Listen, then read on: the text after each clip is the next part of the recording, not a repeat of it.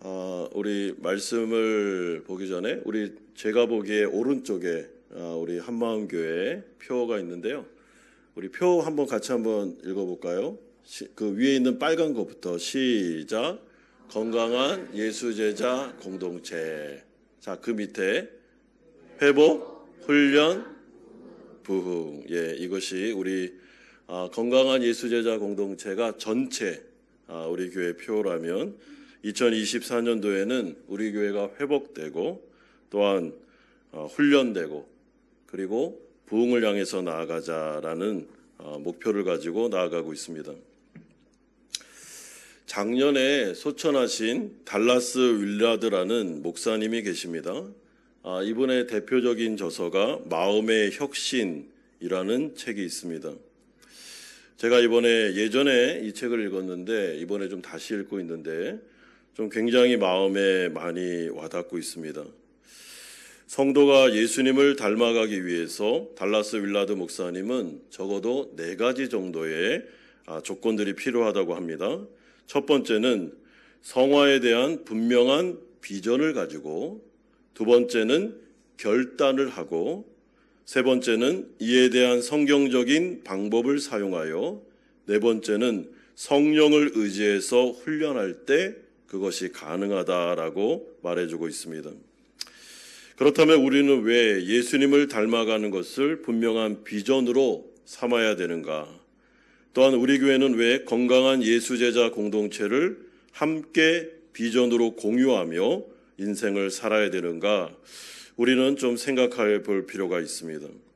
그냥 표로 있는 것이 아니고 하나님 앞에서 우리가 한마음 되어 이 비전을 공유하고 함께 그 목표와 그 길을 향해서 나아갈 때 하나님께서 우리 가운데 은혜를 주실 텐데, 여러분, 모든 인간은 그 가운데 왜라는 답에 대한 질문에 대한 답을 얻지 못하면 그 길을 힘있게 갈 수가 없습니다. 여러분, 성도가 구원받으면 구원 여정 가운데는 예수 믿은 다음에 바로 천국으로 가는 게 아닙니다. 예수님을 믿고 난 다음에 우리가 완성된 천국으로 나아가기, 우리가 죽기 전까지 이 세상에서 살아야 됩니다. 이 험한 세상 가운데 살아가면서 하나님께서는 그 과정을 주시면서 우리에게 한 가지의 목표점을 주셨습니다. 그것이 무엇인가 하면 교리적으로는 성화라고 말하고 예수님을 닮아가서 그리고 예수님 같이 변화된 상태에서 완성된 하나님의 나라에 들어가서 성도들이 다 함께 그 가운데서 구원을 누리며 살아가는 것, 이것이 바로 하나님의 원대한 계획이고 비전이다라고 말할 수 있습니다. 그렇기 때문에 건강한 예수님의 제자가 되자, 그런 공동체가 되자라는 것은 제가 어디에서 이렇게 따온 문구가 아닙니다. 성경에서 나와 있는 하나님의 비전이고 하나님의 꿈이다라고 생각하시면 되겠습니다. 우리가 점점 변화되어 갈 때, 건강하게 균형 잡힌 예수님의 제자가 되어 갈 때, 여러분, 그것은 아름다운 향기가 되어서 우리의 주변으로 그 향기가 퍼져나갈 수밖에 없습니다. 사람은 누구나 변화됐다는 것을 알아봅니다. 예전의 사람이 아닙니다. 뭔가가 달라졌습니다. 그러면 왜 달라졌는지를 궁금하게 생각해서 그 달라진 사람에게 가서 물어봅니다. 당신은 왜 달라졌습니까? 여러분, 이게 사도 바울이 말했던 비밀, 그 사람이 비밀을 갖고 있는 거죠. 내가 예수 그리스도 때문에, 성령 때문에 달라졌습니다 라는 비밀을 가진 사람들이 되는 것입니다. 여러분, 이것을 저는 크리스찬들의 영향력이다라고 생각합니다. 그러므로 건강하게 예수님을 닮아가는 사람은 영향력을 행사하게 되고, 그리고 그 사람은 변화되고, 그로 말미암아 그 존재의 변화가 사실은 그의 도잉의 문제로, 그리고 삶의 문제로 이어질 수밖에 없는 것이죠. 그래서 교회가 전도합시다, 선교합시다, 구제합시다 라고 말하기에 앞서서 뭔가 도잉의 문제를 얘기하기 전에 비잉의 문제를 얘기해야 됩니다. 우리가 예수님을 닮아가면, 우리가 변화되면 여러분, 그 다음에 doing의 문제는 자동적으로 옵니다. 선교하지 말라 해도 선교합니다.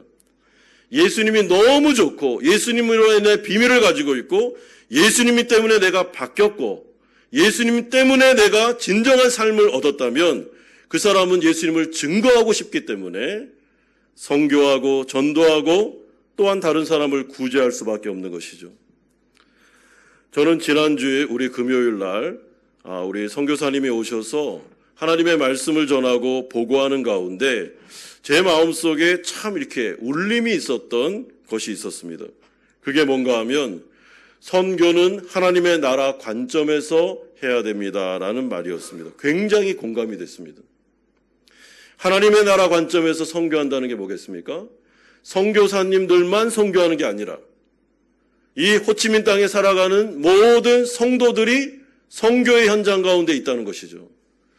여러분, 우리가 만나는 직장 속에, 사업장 속에 변화된 우리가 그 가운데서 예수 그리스도를 삶을 통해, 언행을 통해 증거함으로 직접 그리스도를 전하지는 않지만 그 가운데 기독교에 대한 아주 좋은 이미지를 갖게 하고 그 가운데 영향력을 행사할 때 선교사님들이 그들을 만나 복음을 증거하면 역사하는 힘이 크다는 것입니다.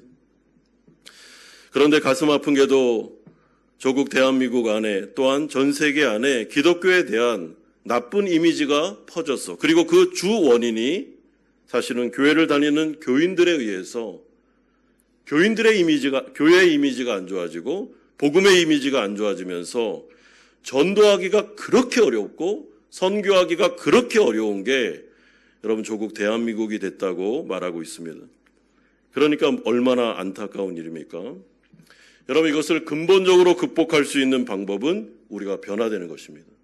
변화된 상태에서 가정으로, 직장으로, 사업장으로, 그리고 세상 가운데로 나아가야만 거기에 길이 있고 거기에 꿈이 있고 거기에 소망이 있는 것이지, 변화되지 않은 상태에서 예수를 닮아가지 않는 상태에서 아무리 전도하고 아무리 선교해봤자 여러분 씨알도 먹히지 않습니다. 이런 점에서 하나님의 나라 관점에서 선교해야 된다. 저는 굉장히 울림이 있다고 생각하고 우리 교회가 나아가는 건강한 예수제자 공동체라는 비전하고 딱 맞는 말씀이다라고 생각합니다. 이런 점에서 건강한 예수님의 제자는 과연 누구신가? 예수님이시죠? 예수님의 제자가 예수님이 아니라 건강한 예수님의 제자가 된다는 그 모델이 누군가? 저는 오늘 이 말씀을 통해서 요나단이라는 인물을 우리 성도님들에게 좀 소개시켜 드리려고 합니다. 사무엘상에 보면 사실은 다윗이라는 사람이 막 부각되고 있습니다. 그리고 요나단이라는 사람에 대한 이야기는 짧게 나옵니다. 그런데 우리가 성경에 보면 이 요나단이 얼마나 훌륭한 사람인지, 이 사람이 얼마나 예수님을 잘 믿었고 성숙한 사람인지를 알게 되는데, 오늘 본문에 보시면 정말 이게 예수 믿는 사람의 모습이구나 라는 것을 확인할 수 있습니다. 우리가 첫 번째로 살펴볼 주제는 요나단에게 도움을 요청하는 다윗의 모습이 1절에서 17절까지 나오고 있습니다. 여러분, 오늘 본문의 배경은 사울이 다윗을 죽이려고 무려 4번씩이나 전령들을 급한 이후에 하나님의 강권적인 도우심을 받아 다윗이 목숨을 부지하게 되는데, 마지막으로 요나단에게 도움을 요청하는 장면입니다. 다윗은 요나단을 통해 자신을 향한 사울 왕의 진위를 마지막으로 파악하려고 합니다. 만약에 진짜 사울 왕이 나를 죽이려고 한다면 나는 도망갈 거다. 그러나 그것이 아니라면, 사울 왕이 나를 죽이려는 게 아니라면 나는 이 왕궁에 있고 싶다라는 것이 다윗의 생각이었고, 자신과 피로 언약을 맺은 자신의 형제요, 자신의 정말 절친한 그 친구였던 요나단에게 이 어려운 부탁을 하고 있습니다. 그 부탁하는 내용이 5절에서 8절까지 길게 나오는데, 여러분 핵심은 이와 같습니다. 달이 시작되는 월삭 때에 내가 마땅히 3일 동안 왕을 모시고 식사를 해야 됨에도 불구하고 부득이하게 베들레헴 고향으로 갔다라고 요나단에게 말해달라고 하고, 요나단에게 미리 허락을 받은 다음에 왕에게는 미리 양해를 구하지 못했음을 또한 말해달라고 한 다음에 만약에 이 문제에 대해서 사울왕이 불같이 화를 내면 나를 죽이려고 결정한 것이다. 그게 맞다. 라고 생각할 테니까 좀 그 일을 해달라고 부탁하고 있습니다. 이에 대해서 요나단은 자신의 목숨을 걸고 그렇게 하겠다고 약속합니다. 요나단은 먼저 자신과 다윗과의 언약 사이에 여호와 하나님을 증인으로 세운 다음에 이 부분에 대해서 내가 이것을 어기면 나는 하나님 앞에서 벌을 받을 거다라고 말하면서 반드시 너의 그 일을 내가 도와주겠다라고 설명해 주고 있습니다. 그러면서 11절에서 17절까지를 보면 다윗이 왜 도와주려고 하는지 두 가지의 이유가 나옵니다. 여러분, 그 첫 번째 이유가 무엇인가 하면 요나단은 다윗을 기름 부음 받은 자로 이스라엘의 차기 왕으로 세우실 하나님의 뜻을 인정했고 하나님의 주권을 신실하게 믿었기 때문에 사울 왕의 차기 왕은 자신이 아니라, 여러분, 요나단은 인간적으로 보면 사울의 다음 왕이 될 영순입니다. 그런데 요나단은 하나님께서 다윗을 지명하셨고 다윗에게 기름을 부으셨고 사울의 다음 왕은 다윗이라는 하나님의 주권을 인정했기 때문에 기꺼이 다윗의 필요에 대해서 도와주겠다라고 말해주고 있습니다. 그러면서 13절에 이렇게 말합니다. 여호와께서 내 아버지와 함께 하신 것 같이 너와 함께 하시기를 원하노라. 여러분, 이 13절의 말이 무엇입니까? 하나님께서 나의 아버지 사울 왕에게 함께한 것처럼 너에게도 함께하기를 원한다. 네가 차기 왕이다. 나는 네가 차기 왕이 될 것을 알고 있으며 나는 그것을 확신하고 그렇게 되기를 바란다라고 이야기해주고 있습니다. 여러분, 이것은 쉬운 일이 아닙니다. 왜냐하면 사람에게는 누구나 다 경쟁심이 있고 자신을 높이려는 야망이 있고 그리고 인정받고 싶은 욕망이 있기 때문입니다. 요나단이라고 해서 특별한 사람이 아닙니다. 그럼에도 불구하고 요나단은 하나님을 경외했기 때문에 하나님의 뜻을 존중히 여겼기 때문에 자신이 기대하고 자신이 생각하는 바가 있었다 할지라도 하나님께서 자신이 아닌 다윗에게 기름을 부었다면 그 부분에서 얼마든지 자기는 양보하고 물러나고 다윗을 앞세울 수 있는 인격을 가진 사람이었습니다. 그러므로 요나단은 이러한 확신 가운데 14절에서 15절과 같이 다윗과 언약을 맺은 다음에 자신과 자신의 집 그리고 그의 후손의 운명을 다윗의 손에 의탁하고 있습니다. 여러분, 이것이 바로 요나단의 위대한 점입니다. 여러분, 우리가 정말 진심으로 다른 사람이 나보다 잘 되는 것을 원합니까? 여러분, 주님께서 우리에게 그렇게 말씀하셨잖아요. 다른 사람에게 양보하고 그들을 섬기는 자리에 있으라고 말했지 않습니까? 그럼에도 불구하고 우리의 마음속에는 우리가 소속된 그 단체나 어디에 가든지 내 자신이 먼저 되고 내 자신이 높임받고 내 자신이 인정받는 것을 원하는 게 모든 인간의 그런 성품 아니겠습니까? 그럼에도 불구하고 요나단은 그렇게 하지 않고 있습니다. 하나님께서 다윗을 앞세운다면 나는 뒤로 빠진다는 것이죠. 하나님께서 다윗이 왕이 되기를 원한다면 얼마든지 나는 그의 조력자가 될 수 있고 그의 왕권을 인정할 수 있으며 나는 나의 왕권을 포기할 수 있다라고 말해주고 있습니다. 여러분, 요나단이 다윗의 이 요구를 들어준 두 번째 이유가 있는데 17절에 나옵니다. 다윗에 대한 요나단의 사랑이 그를 다시 맹세하게 하였으니 이는 왜냐하면 자기 생명을 사랑함과 같이 그를 사랑함이었더라 라고 말하고 있습니다. 자기 생명을 사랑한 것 같이 다윗을 사랑했다. 여러분, 이것을 율법의 관점으로 보면 이렇게 해석할 수 있죠. 내 이웃을 내 자신과 같이 사랑하라라는 율법의 말씀하고 똑같습니다. 그렇기 때문에 지금 요나단이 다윗을 앞세우고 다윗이 말해주고 있는, 어떻게 보면 다윗을 도와주면 안 되는데 인간적으로의 관점에 봤을 때는 자기가 왕이 되려면 다윗을 제치고 다시 다윗을 몰아내고 자기가 그 앞으로 가야 되는데 요나단은 그런 마음이 없었습니다. 내 이웃을 내 몸처럼 사랑하라라는 주님의 율법의 말씀을 그는 귀하게 여겼기 때문에 그 말씀을 묵상하고 그 말씀을 가지고 삶에 실천하는 그 삶 속에서 다윗을 자신의 생명과 같이 사랑해주는 관점에서 다윗이 왕이 돼야 된다. 그러므로 나는 그 다윗을 내 몸처럼 사랑하기 때문에 내가 다윗에게 이 부분을 양보하고 그의 요구에 대해서 들어줘야 되겠다라고 생각한 것입니다. 이것이 바로 순수한 사랑을 가진 요나단의 모습. 다윗이 왕이 되도록 기꺼이 자신이 뒤로 물러날 수 있는 겸손. 다윗을 지지하고 도와주며 협력하기를 순수하게 바라는 진실된 사랑이었다고 생각합니다. 그러므로 요나단이 이렇게 된 것, 여러분 하루아침에 됐다고 생각하지 않습니다.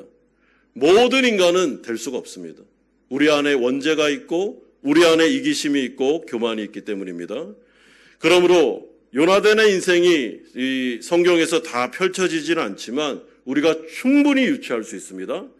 요나단은 잠언서의 말씀처럼 여호와를 인정하고 경외하는 자였고 그렇기 때문에 시편 1편의 말씀처럼 하나님의 말씀을 주야로 묵상했던 사람이고 그리고 그 말씀을 그냥 읽는 게 아니라 자신의 삶 속으로 그 말씀을 받아들여서 그 말씀을 살아내기 위하여 어떻게 해요?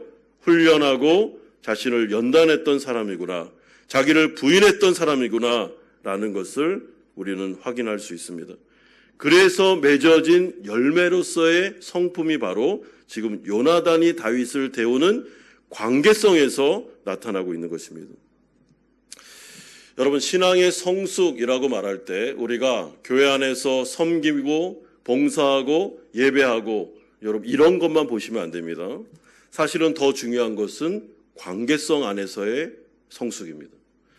여러분 성경에서 말하는 하나님 사랑, 이웃 사랑 모두 다 나와 하나님과의 관계, 나와 이웃과의 관계에서의 사랑의 열매, 성숙을 말하는 것입니다. 그렇기 때문에 내가 성숙했는지 정말 성경을 가지고 씨름함으로 말미암아 예수님을 닮아가고 있는지를 평가해 볼 수 있는 방법은 하나님을 대하는 태도뿐만 아니라 내 주위에 있는 구체적인 나와 관계성을 가지고 있는 사람과의 관계. 여러분 이것을 보셔야 됩니다.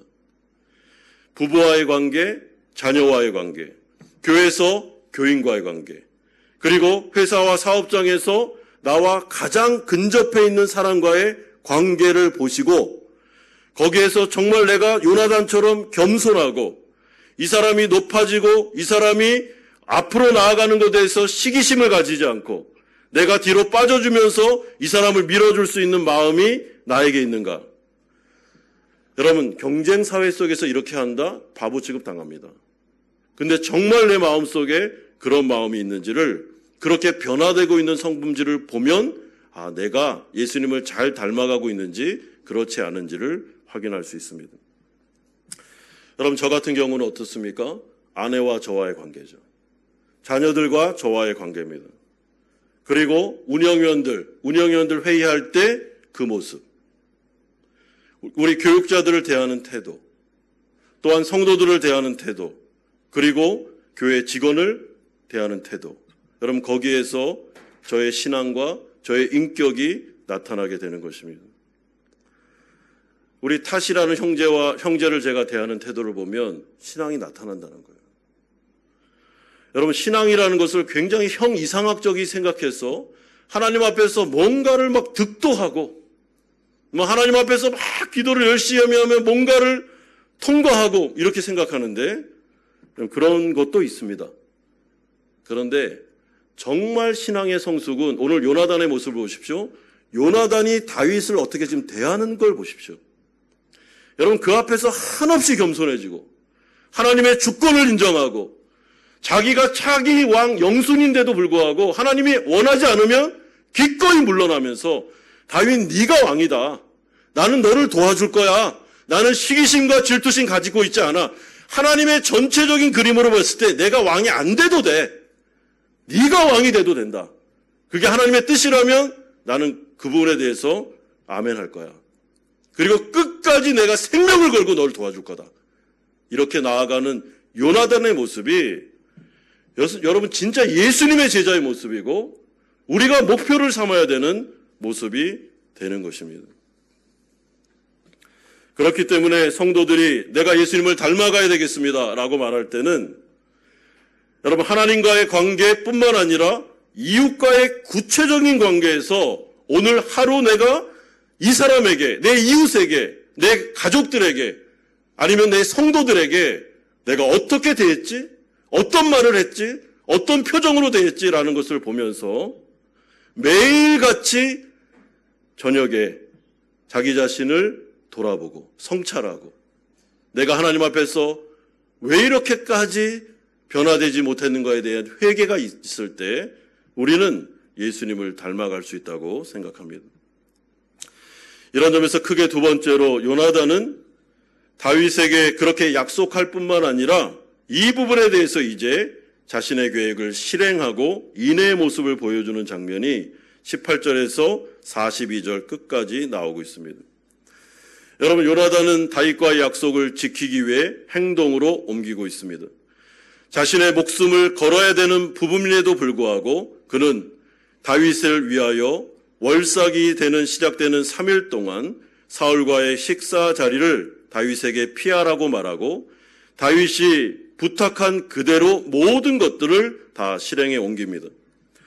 그리고 만약에 자기가 아버지 사울왕의 태도를 보고 만약에 사울왕이 다윗 너를 죽이려고 한다면 내가 화살을 연습하는 것처럼 해서 에셀바위 곁에 숨어 있다가 화살을 날릴 텐데 화살이 다윗 곁에 있다고 말하면 너는 평안할 것이고 다윗을 넘어 멀어졌다고 말하면 우리 아버지 사울이 너를 반드시 죽이려고 하는 것이니 도망해라 라고 신호를 짜고 있습니다. 여러분 그런데 우리는 여기서도 요나단의 신앙을 한 번 더 확인할 수 있습니다. 22절에 만일 아이에게 이르기를 보라 화살이 내 앞쪽에 있다 하거든 내 길을 가라 여호와께서 너를 보내셨음이니라.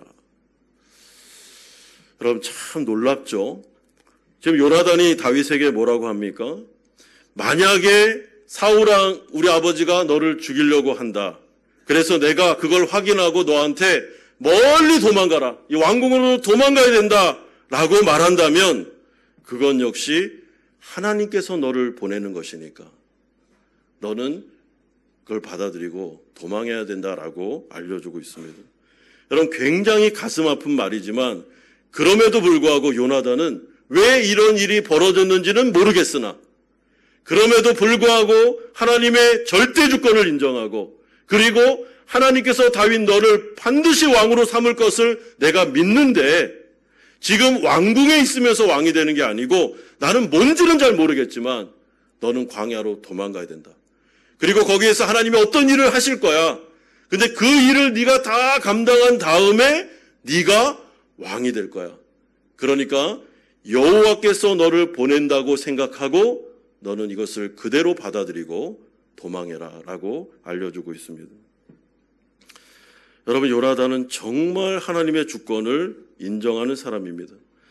그는 자기 자신에 대한 하나님의 주권을 인정할 뿐만 아니라 다윗에 대한 하나님의 주권을 인정하고 그리고 하나님께서 이 모든 과정을 다 주관하고 있다라고 그는 믿고 있습니다.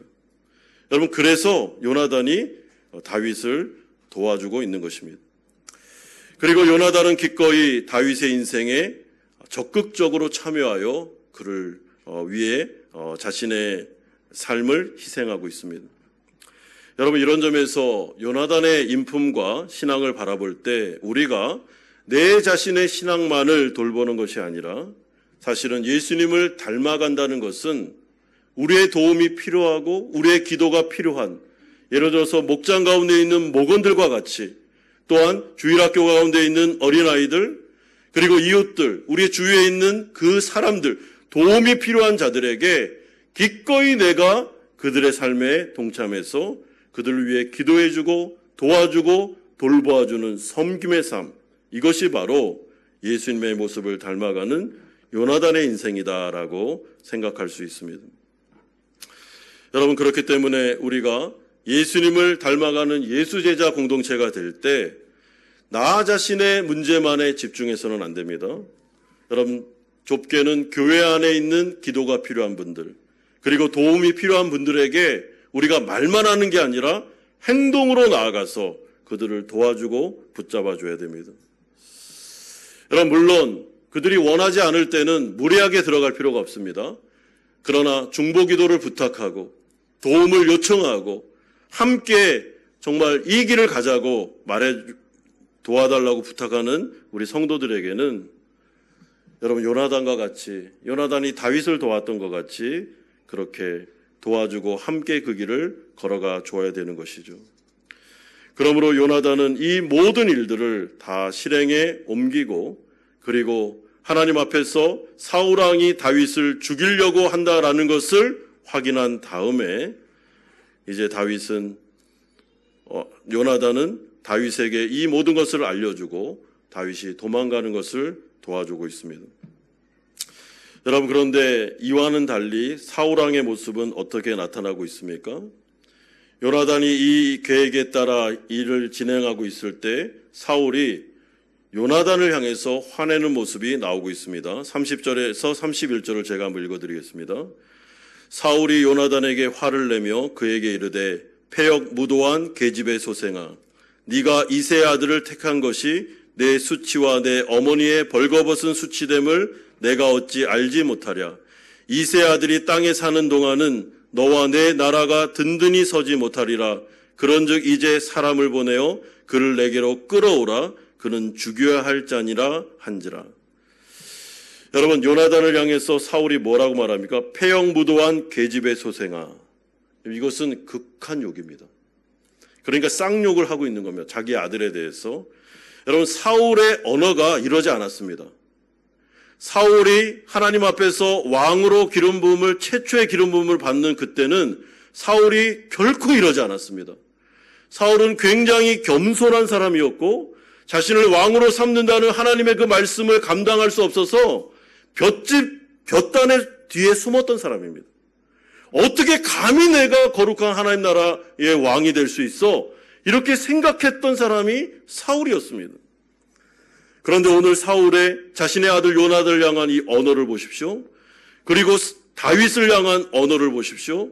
그리고 그를 향한 분노를 보십시오. 여러분, 이 모든 것이 어디에서 온 것입니까? 사울이 다윗을 경쟁자로 여겼기 때문에, 시기와 질투심이 있었는데, 그리고 하나님을 경외하지 않았기 때문에 그 가운데 자신의 왕권을 지키기 위해서 그가 인간적인 방법을 계속 사용하는 가운데 다윗을 적으로 규정하고 요나단까지도 적으로 규정하면서 이 두 사람을 제거해야 되만 내가 왕이 될 수 있다는 생각을 가졌기 때문에 사울이 이렇게 변화된 것입니다. 제가 오늘 이 말씀, 사무엘상의 말씀을 다 살펴볼 수는 없지만 여러분, 사울이 처음에 그러지 않았지만 지금 오늘 이 사울의 모습이 되기까지 수만 번의 기회가 있었습니다. 돌이킬 수 있는 기회가. 변화될 수 있는 기회가 있었습니다. 그러나 사울은 하나님을 경외하지 않으므로 그의 마음속에 들어온 시기심과 질투심과 경쟁심과 분노와 그 모든 것들을 방치함으로 말미암아 성령을 통해서 이것을 통제하지 아니하고 자신을 성찰하지 아니하고 변화될 것에 대한 비전을 품지 않고 그런 이 모든 것들 가운데 왕권을 유지하고 자신을 높이는 것에 모든 것을 걸고 자신 안에 있는 내면의 문제를 성찰하지 않는 결과, 이 모든 것을 방치한 결과, 여러분, 오늘 이런 어떻게 보면 괴물과 같은 모습으로 사울이 변화되고 있는 것입니다. 자기 안에 일어나고 있었던 다윗을 향한 나쁜 감정, 시기심, 질투심, 죄를 전혀 처리하지 않은 결과가 바로 이 사울의 모습으로 나타나는 것입니다. 그러므로 33절에서 사울은 요나단을 향해 단창을 던지고 요나단까지도 죽이려고 하고 있습니다. 자신의 편에 서지 않았기 때문이죠. 여러분, 그리고 사울은 점점 이제 고립되기 시작하고 그리고 그 주위에 있는 모든 사람을 적으로 규정함으로 관계성이 다 단절됩니다. 그리고 나중에는 비참하게 마음의 병까지 얻어서 그는 비참한 최후를 당하게 됩니다. 여러분, 이것은 예수님을 닮은 모습이 아닙니다. 예수님을 닮기 위해 자기를 부인하는 모습이 아닙니다. 정반대의 모습입니다. 자기를 부인하는 것을 포기한 모습이 바로 이 사울의 모습이 되는 것입니다. 자, 그렇다면 우리가 이 본문을 통해서 던져야 되는 질문이 무엇입니까? 여러분, 교회 안에 우리는 요나단 같은 사람입니까? 아니면 사울과 같은 사람입니까? 여러분, 이 심각한 차이를 보이십니까? 우리가 비전을 가질 때, 비전을 품을 때 정말 예수님의 제자가 되고 싶은 마음이 있습니까? 아니면 그런 부분에 대해서 별 마음이 없습니까? 여러분, 우리가 이 예수님의 제자 공동체가 되자라고 비전을 품고 함께 나아갈 때 우리 모두가 요나단과 같은 신앙인, 요나단과 같은 인품을 가진 그런 한마음교회 성도들이 되기를 소망합니다. 여러분, 요나단과 같은 사람이 돼야지 사울과 같은 사람이 되면 자기도 불행하고 다른 사람도 불행해집니다. 이런 관계성이 다 깨집니다. 그리고 비참한 인생을 살아갈 수밖에 없는 것입니다. 여러분, 요나단과 같은 인생을 살기 위해서는 어떻게 해야 됩니까? 하나님의 말씀을 가지고 자기를 부인하고 자기를 성찰하고 예수님을 모델로 삼아 내가 오늘 살았던 이 삶 속에서 예수님과 다른 모습이 있으면 그 부분에 대해서 회개하고 돌이키고 그리고 성령을 구함으로 매일마다 자기를 부인하는 과정을 통해서 나아갈 때 1년, 2년, 3년 지나면 자기도 모르는 사이에 딱 변화되어 있습니다. 요나단과 같이 변화되어 있는 것입니다. 그러나 이것을 포기하고 여기에 비전도 갖지 않고 목표도 갖지 않고 여러분 그저 신앙생활하면 어느 순간에 우리 안에 있는 자기 부인의 영성을 잃어버리고 성령의 통제를 받지 않으면서 우리가 자꾸만 관계성의 어려움을 갖고 정말 사울과 같은 모습으로 변화될 수도 있는 것입니다. 사랑하는 성도 여러분, 우리 그렇게 되지 맙시다. 건강한 예수님의 제자 공동체, 이런 귀한 표어를 가지고 나아갈 때 우리가 우리의 마음속에 하나님의 말씀을 가지고 자신을 부인하고 내 마음속에 정말 일어나고 있는 시기심, 질투심, 미움과 분노와 이 모든 것들이 막 일어날 때 성령을 의지해서 이 모든 것들을 하나님 앞에서 죽이고 그리고 성령의 통제를 받아 정말 건강한 멋있는 예수님의 제자가 되어서 가정을 살리고 교회를 살리고 우리 주위에 하나님의 나라 관점에서 선교사가 되어서 주님의 일을 감당함으로 하나님께 영광 돌리는 우리 성도님들이 되시기를 또한 우리 한마음 교회가 되기를 주 예수 그리스도의 이름으로 축원드립니다.